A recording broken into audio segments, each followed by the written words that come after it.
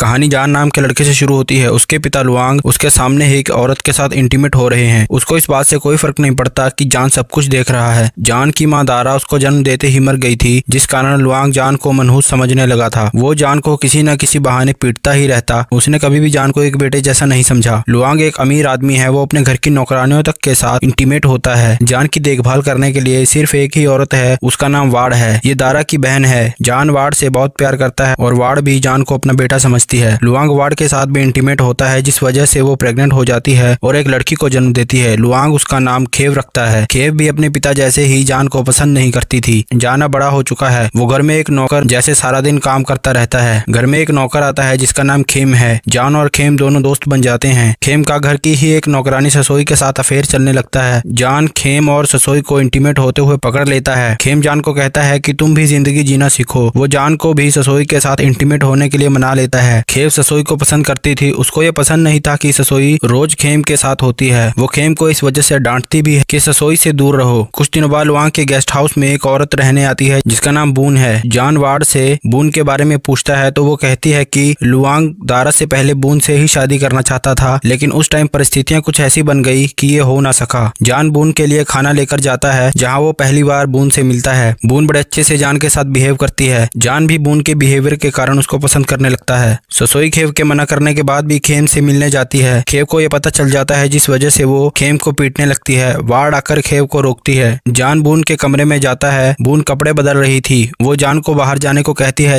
लेकिन जान बून के शरीर से अपनी आंखें नहीं हटा पा रहा था। बून को भी अच्छा लगता है। वो जान को मसाज करने के लिए बोलती है। जान मसाज करते हुए खुद पर कंट्रोल नहीं कर पाता और बून को अनअप्रोप्रिएटली टच करने लगता है। बून को भी अच्छा लगता है और वो दोनों इंटीमेट हो जाते हैं। एक दिन जान को खेम के कमरे से खेव के चिल्लाने की आवाज सुनाई देती है। वो अंदर जाता है तो देखता है कि खेव को खेम ने रस्सी से बांध रखा है। जान को लगता है कि खेम खेव के साथ जबरदस्ती करने वाला था, इसलिए वो खेम से लड़ने लगता है। खेम जान को कहता है कि खेव ने ही उसे ऐसा करने को बोला है। खेव भी ये सब देखकर हंस रही थी, जिसे देखकर जान समझ जाता है कि खेम सच बोल रहा है। तभी वहाँ वाड़ आ जाती है। खेव कहती है कि जान मेरा रेप करने की कोशिश कर रहा था। जब खेम ने उसे रोकने की कोशिश की तो उसने खेम को पीटना शुरू कर दिया। खेम वाड़ को सच बताने की कोशिश करता है, लेकिन जान उसको रोक देता है। वाड़ को भी खेव की कही हुई बातों पर भरोसा नहीं होता। खेव अपने पिता को जब ये सब बताती है तो वाड़ उसको समझाने की कोशिश करती है कि जान ऐसा कभी नहीं कर सकता, लेकिन लुआंग को जान पर भरोसा नहीं था। उधर जान खेम को कहता है कि अगर तुमने सच बताया तो ये तुम्हारी सारी फैमिली को यहाँ से निकाल देंगे। जान लुआंग के पास जाता है। वो जान को छड़ी से मारने की कोशिश करता है, लेकिन जान उसका हाथ पकड़ लेता है। लुआंग का गुस्सा और बढ़ जाता है और वो जान को गोली मारने लगता है, लेकिन वाड़ उसको रोक लेती है। लुआंग कहता है कि इसका यहाँ कुछ नहीं है, इसे यहाँ से जाना ही होगा। जान वाड़ को पूछता है कि लुआंग को आखिर मुझसे इतनी नफरत क्यों है। वाड़ कहती है कि तुम्हारी माँ शादी से पहले ही प्रेग्नेंट हो गई थी। घर की इज्जत की खातिर लुआंग को ये बात बिना बताए ही उसकी शादी तुम्हारी माँ से कर दी गई, लेकिन बाद में लुआंग को जब ये पता चला तो वो तुमसे नफरत करने लगा। जान घर छोड़कर चला जाता है, लेकिन कुछ सालों बाद उसको वापस बुलाया जाता है, क्योंकि खेव बिना शादी किए किसी से प्रेग्नेंट हो गई थी और फैमिली की इज्जत की खातिर सभी ये डिसाइड करते हैं कि जान और खेव की शादी करवा देते हैं। जान शादी के लिए एक शर्त रखता है कि लुआंग को अपनी सारी प्रॉपर्टी मेरे नाम करनी होगी। लुआंग को ना चाहते हुए भी जान की ये बात माननी पड़ जाती है। इसके बाद जान बून से मिलता है और वो दोनों एक दूसरे को देखकर खुद पर कंट्रोल नहीं कर पाते और इंटीमेट हो जाते हैं। जान खेव को धमकाता है कि अगर तुमने किसी को भी ये बताया कि ये बच्चा मेरा नहीं है तो मैं तुमको छोड़ूंगा नहीं। खेव जान का ये रूप देखकर हैरान रह जाती है। कुछ दिन बाद जान और खेव की शादी हो जाती है। शादी की पार्टी में जान एक नौकरानी को देखता है और एक कमरे में उसके साथ इंटीमेट होने लगता है। तभी उसका ध्यान अपनी माँ की तस्वीर की तरफ जाता है तो वो सोचने लगता है कि अब मैं भी लुआंग के जैसा बनते जा रहा हूँ। कुछ हफ्तों बाद खेव एक लड़के को जन्म देती है। वो उसे मनहूस कहती है, जैसा कि लुआंग ने जान को कहा था। उधर जान और बून का अफेयर चलते रहता है। एक दिन लुआंग ये सब देख लेता है तो उसको एक हार्ट अटैक आ जाता है। कुछ दिनों बाद जंग शुरू हो जाती है। जान सबको बचाने के लिए बेसमेंट में ले जाता है। वो देखता है कि खेव और बून नहीं आई। जब वो उनको ढूंढने जाता है तो वो देखता है कि वो दोनों इंटीमेट हो रही हैं। अगले दिन खेव जान को बताती है कि मेरा और बून का अफेयर तभी से चल रहा है जब तुम यहाँ से चले गए थे। वो कहती है कि हम दोनों बून के साथ रिलेशनशिप में रह सकते हैं। जान भी ये मान जाता है। वो खेव को कहता है कि मुझे तुमसे अपना बच्चा चाहिए, तो खेव उसे मना कर देती है। जान उसके साथ जबरदस्ती करता है और वो प्रेग्नेंट हो जाती है। एक रात जान की नौकरानी उसको बुलाने जाती है। वो कहती है कि खेव को कुछ हो गया है। जान जाकर देखता है कि खेव ने बच्चे को पेट में ही मार दिया है और उसके चेहरे पर इसकी एक अलग ही खुशी है। जान अब खुद को बदलने लगता है, क्योंकि उसको समझ आ जाता है कि वो लुआंग जैसा बन चुका है। उधर खेव अब लुआंग जैसी ही हरकतें करने लगी थी। वो घर घर की नौकरानियों के साथ इंटीमेट होने लगती है। लास्ट में दिखाया जाता है कि असल में जान की माँ का गैंग रेप हुआ था, जिस वजह से वो प्रेग्नेंट हुई और जान का जन्म हुआ और कहानी यहीं खत्म हो जाती है।